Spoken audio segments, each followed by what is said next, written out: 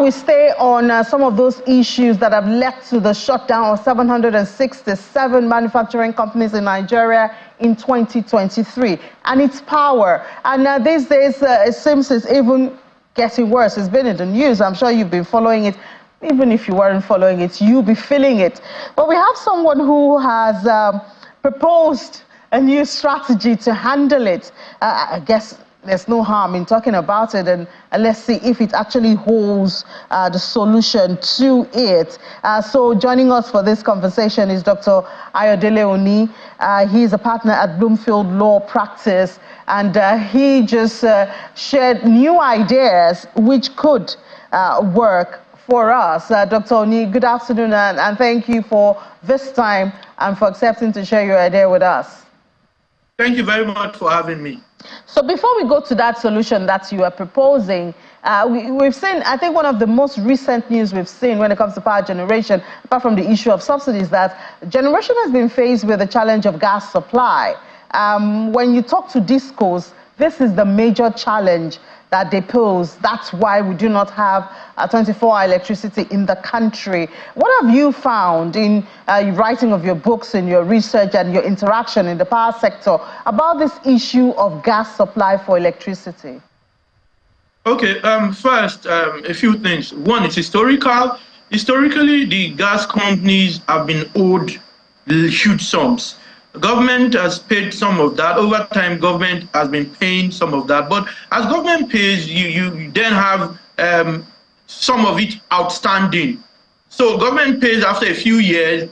They pay for, say, the last 2 years. But you then have a 1 or 2 year arrears again. And now what led to that problem is also historical. For a long time, gas producers were forced to sell gas to the PHCN.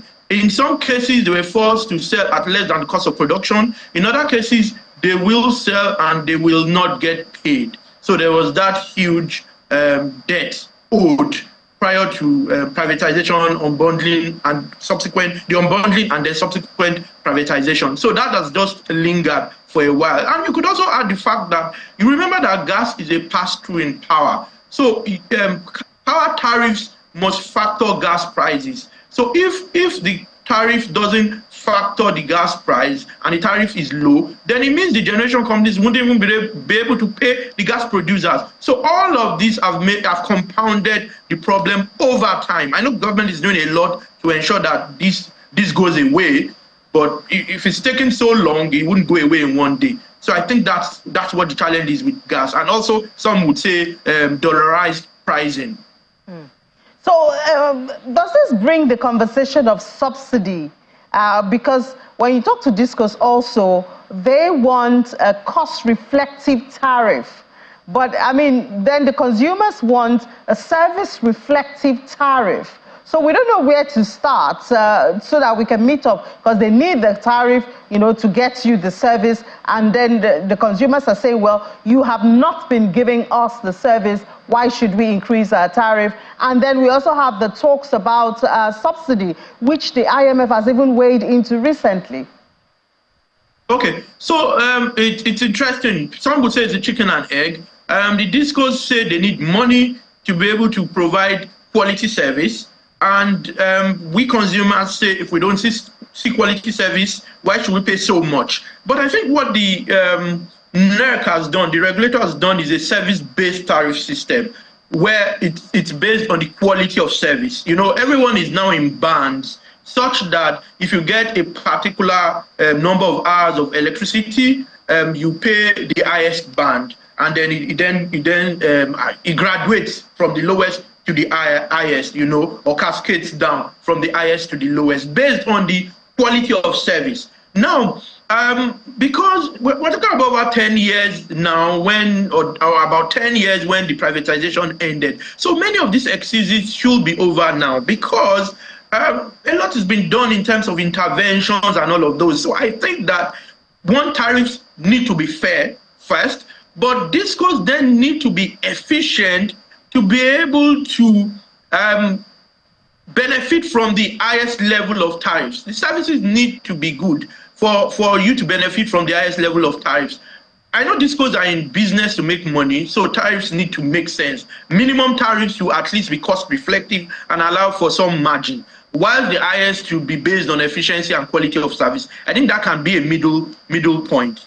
And in terms of the subsidy you mentioned, the truth is that if you look at the 2024 multi-year tariff order, the order issued to each market participant, each disco, each genco, that's each distribution company, each generation company, it specifies, particularly for the discos, what is substantially higher than what we are currently paying. That's where subsidy comes in, and it's been like that for a while.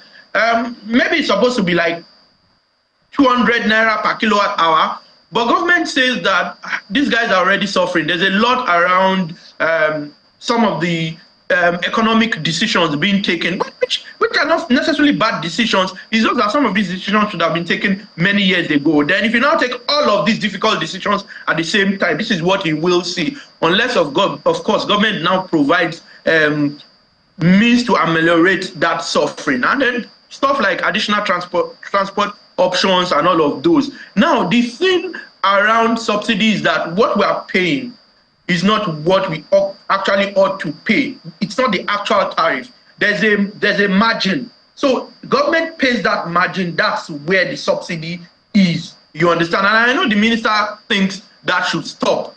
But it's difficult to add that to the challenge Nigerians are currently facing. And I think that's why the federal government still appears to want to continue to pay that difference between what the actual tariff should be and what the Electricity Commission has allowed the discos receive from consumers. So that's where it is. Whether it's sustainable in the long term is a different conversation anyway. Yes, I mean, because as you noted, the removal of petrol subsidy, removal or not, because I mean, that still has some questions. The effect is still here with us. I don't think the economy has gone past that yet. But help us to understand this issue of distribution companies not failing to distribute generation that has been given to them. I know, I mean, this is a common conversation, but help us to understand it. What happens and why, you think it happens?